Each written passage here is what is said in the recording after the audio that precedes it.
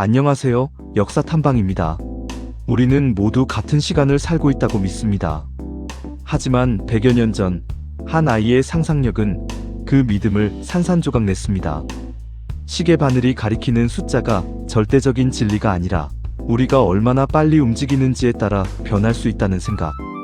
인류의 상식을 뒤바꾼 이 위대한 생각의 시작은 독일의 한 작은 마을에서 태어난 말이 유난히 늦던 아이로부터 시작되었습니다. 1879년 독일 울름. 어린 알베르트 아인슈타인은 어른들을 걱정시킬 만큼 말이 없었습니다. 하지만 그는 세상을 관찰하느라 바빴습니다. 5살 무렵 아버지가 보여준 나침반은 그의 인생을 바꾼 첫 번째 기적이었습니다. 보이지 않는 힘에 의해 북쪽을 가리키는 바늘. 아이는 깨달았습니다. 우리가 눈으로 보는 세상 너머에 깊숙이 숨겨진 무언가가 있다는 사실을 말이죠. 학교 생활은 고역이었습니다. 당시 독일의 군대식 교육은 창의성을 죽이는 혐오스러운 곳이었습니다. 질문을 던지는 아인슈타인을 선생님들은 미워했습니다. 결국 15세의 아인슈타인은 학교를 자퇴하고 이탈리아로 떠납니다. 자유를 찾아 떠난 소년의 머릿속에는 이미 한 가지 질문이 맴돌고 있었습니다. 만약 내가 빛을 타고 빛의 속도로 달려가면 빛은 어떻게 보일까? 라는 생각입니다. 우여곡절 끝에 스위스 취리히 연방공과대학에 입학한 아인슈타인. 하지만 그는 여전히 학교에 적응하지 못했습니다. 교수들의 고리타분한 강의보다는 최신 물리학 논문을 스스로 읽는 것을 좋아했습니다. 수업을 빼먹기 일쑤였고 그런 그를 교수들은 게으른 강아지라 부르며 눈여겨보지 않았습니다. 이 반항적인 청년에게 운명적인 만남이 찾아옵니다. 그의 유일한 여학생 동기였던 세르비아 출신의 밀레바 마리치. 두 사람은 물리학에 대한 열정과 서로에 대한 사랑을 공유하며 깊은 관계가 됩니다. 가족들의 강력한 반대에도 불구하고 두 사람은 결혼을 약속하고 함께 물리학의 미래를 꿈꿉니다. 대학을 졸업한 아인슈타인은 사방으로 일자리를 구했지만 교수들의 나쁜 추천서 때문에 매번 거절당했습니다. 가난과 절망 속에서 그에게 손을 내민 것은 친구 마르셀 그로스만이었습니다. 그로스만의 도움으로 아인슈타인은 베른에 있는 특허국에 간신히 취직합니다. 3급 기술 검사관. 이것이 위대한 천재의 첫 번째 직업이었습니다. 베른 특허국에서의 생활은 아인슈타인에게 축복이었습니다. 낮에는 날카로운 눈으로 특허 도면을 검토하고 일이 끝나면 친구들과 올림피아 아카데미라는 모임을 만들어 밤새 철학과 과학을 논했습니다. 그리고 남은 시간, 그는 자신의 머릿속에 있던 질문들을 하나씩 논문으로 정리하기 시작했습니다. 1905년 물리학 역사는 이해를 기적의 해라 부릅니다. 이름 없는 특허국 직원이 물리학 최고의 학술지에 무려 5편의 논문을 발표했기 때문입니다. 이 논문들은 현대 물리학의 근간을 뒤흔드는 내용들이었습니다. 특히 빛의 휨 현상을 설명한 광전효과 이론은 훗날 그에게 노벨상을 안겨주게 됩니다. 그의 논문은 시간을 내는 시계 바늘이 모두 똑같이 흐르지 않는다는 상상조차 할 수 없던 내용을 담고 있었습니다. 빛의 속도는 항상 일정하며 우리가 움직이는 속도에 따라 시간과 공간이 변한다는 이론. 이것이 바로 특수상대성 이론입니다. 현대 물리학의 새로운 문이 열리는 순간이었습니다. 기적의 해에 발표한 마지막 논문에서 아인슈타인은 인류 역사상 가장 유명한 방정식을 세상에 내놓습니다. EMC. 질량과 에너지는 결국 하나이며 아주 작은 질량도 엄청난 에너지로 변환될 수 있다느니 간단한 공식은 우주의 가장 깊은 비밀을 담고 있었습니다. 하지만 이 이론은 즉시 받아들여지지 않았습니다. 당시 물리학계는 이 젊은 천재의 파격적인 주장에 당황했고 심지어 강한 비판을 퍼붓기도 했습니다. 그러나 아인슈타인은 흔들리지 않았습니다. 자신의 이론이 진리임을 믿었고 동료들의 의심에 당당히 맞섰습니다. 그의 이론이 과학계의 인정을 받기 시작하면서 아인슈타인은 서서히 세계적인 명성을 얻게 됩니다. 특허국을 떠나 대학 교수가 된 그는 마침내 물리학의 중심 무대로 진출합니다. 하지만 그의 야심은 여기서 멈추지 않았습니다.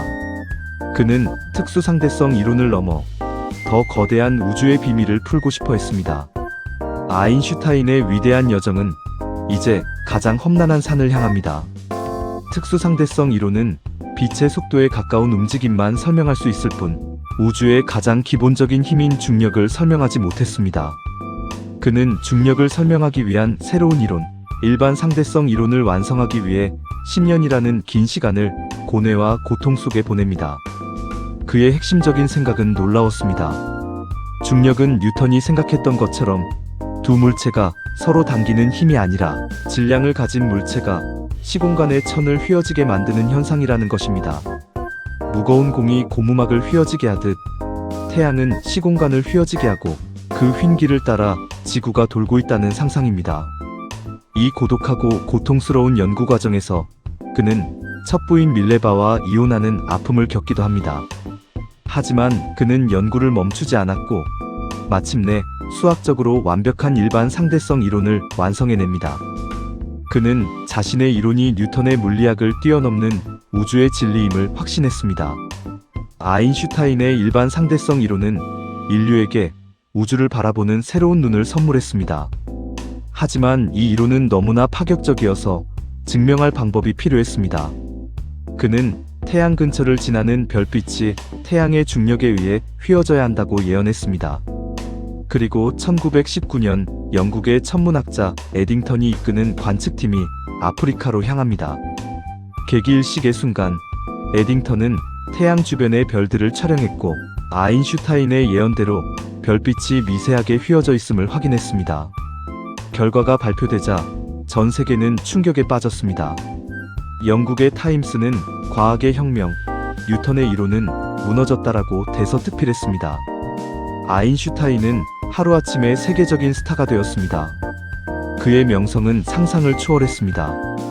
어딜 가나 사람들이 몰려들었고 그의 부스스한 머리와 파이프 담배는 천재의 상징이 되었습니다. 하지만 그는 명성에 연연하지 않았습니다. 오히려 나에 대한 찬사가 나를 더 고독하게 만든다라고 말하며 조용히 자신의 연구를 이어나가길 원했습니다. 아인슈타인이 상대성 이론으로 우주의 거대한 구조를 설명했다면 또 다른 물리학의 흐름인 양자역학은 원자 내부의 미시 세계를 탐구하고 있었습니다. 하지만 양자역학은 아인슈타인을 깊은 고민에 빠뜨렸습니다. 미시 세계의 입자들이 확률적으로만 존재한다는 양자역학의 주장은 인과 법칙을 믿었던 그에게 용납할 수 없는 것이었습니다.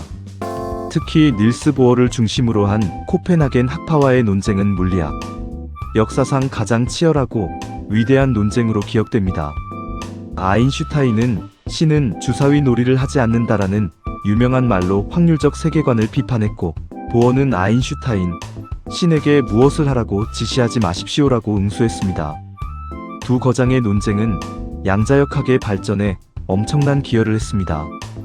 비록 아인슈타인이 양자역학의 주류 이론을 끝내 받아들이지는 않았지만 그의 날카로운 비판은 양자역학이 더 견고한 이론으로 성장하는 자극제가 되었습니다.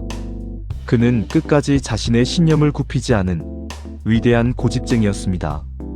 1930년대 유럽에는 나치즘의 어두운 그림자가 드리워지기 시작했습니다. 유대인이었던 아인슈타인은 나치의 박해 대상이 되었고 그의 이론은 유대인 과학이라 비하당했습니다. 결국 그는 정들었던 독일을 떠나 미국으로 망명합니다. 프린스턴 고등연구소는 이 위대한 천재를 따뜻하게 맞이했습니다. 독일이 원자폭탄을 개발할까 두려워했던 아인슈타인은 루스벨트 대통령에게 편지를 보내 원자폭탄의 가능성을 경고했습니다. 이 편지는 미국의 원자폭탄 개발 계획인 맨해튼 프로젝트의 시작점이 되었습니다. 하지만 그는 나중에 이 일을 평생 후회했습니다. 히로시마와 나가사키에 떨어진 원자폭탄의 참상을 보고 깊은 슬픔에 빠졌습니다. 그는 남은 인생을 핵무기 반대와 평화운동에 바쳤습니다. EMC라는 공식이 인류를 멸망시킬 수도 있는 무기로 변한 것에 대해 깊은 책임감을 느꼈습니다. 그는 더 이상 고독한 과학자가 아니었습니다. 평화를 위해 목소리를 내는 우리 시대의 양심이었습니다. 말년의 아인슈타인은 또 다른 거대한 꿈을 꾸었습니다. 우주의 모든 힘을 하나의 공식으로 설명할 수 있는 통일장 이론을 완성하는 것이었습니다. 하지만 이 연구는 과거의 성공과 달리 지독하게 외롭고 힘든 여정이었습니다. 동료 과학자들은 그가 불가능한 꿈에 매달리고 있다며 비판했습니다. 그는 끝까지 포기하지 않았습니다. 아내 엘자의 죽음과 건강 악화에도 불구하고 그는 펜을 놓지 않았습니다. 병상에 누워있는 순간에도 그의 머릿속은 우주의 질서로 가득했습니다. 비록 그는 통일장 이론을 완성하지 못했지만 그의 꿈은 훗날 끈이론과 같은 현대 물리학의 새로운 시도로 이어지고 있습니다. 이스라엘의 대통령 제의를 정중히 거절했던 아인슈타인. 그는 권력이나 명성보다 진리를 갈구했던 순수한 과학자였습니다.